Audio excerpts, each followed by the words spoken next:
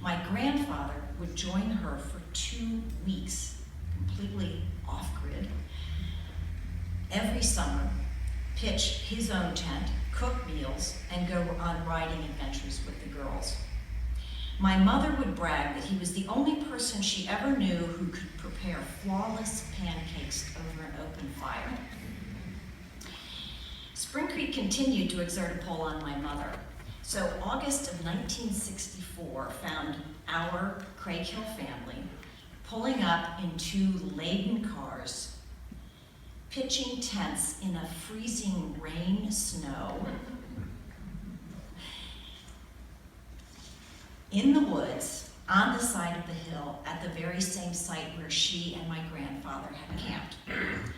That excursion cemented the Craighill family's relationship with Spring Creek.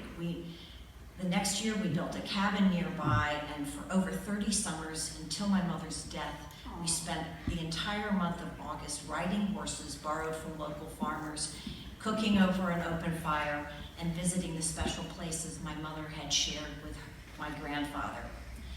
And every few years, my dad and I, would get up early.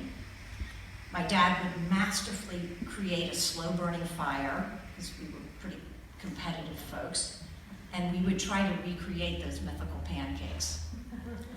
Unfortunately, the results were rarely even edible. My mother and my grandfather were kindred spirits, spending long hours riding in the woods together, walking along stream beds, witnessing the cycles of life and the denizens of the forest. He would often shush his chattering child and impress on her that nature is a place to be observed and respected. He believed that the natural world had a lot to teach us. And for me, that has been the biggest lesson of all handed down from him. That sense of responsibility, stewardship, and accommodation of our environment is reflected in the speech that my grandfather, at age 17, gave at his own high school commencement from Jamestown High School, excerpt on the screen. In this essay, he began by extolling the natural wonders of the area.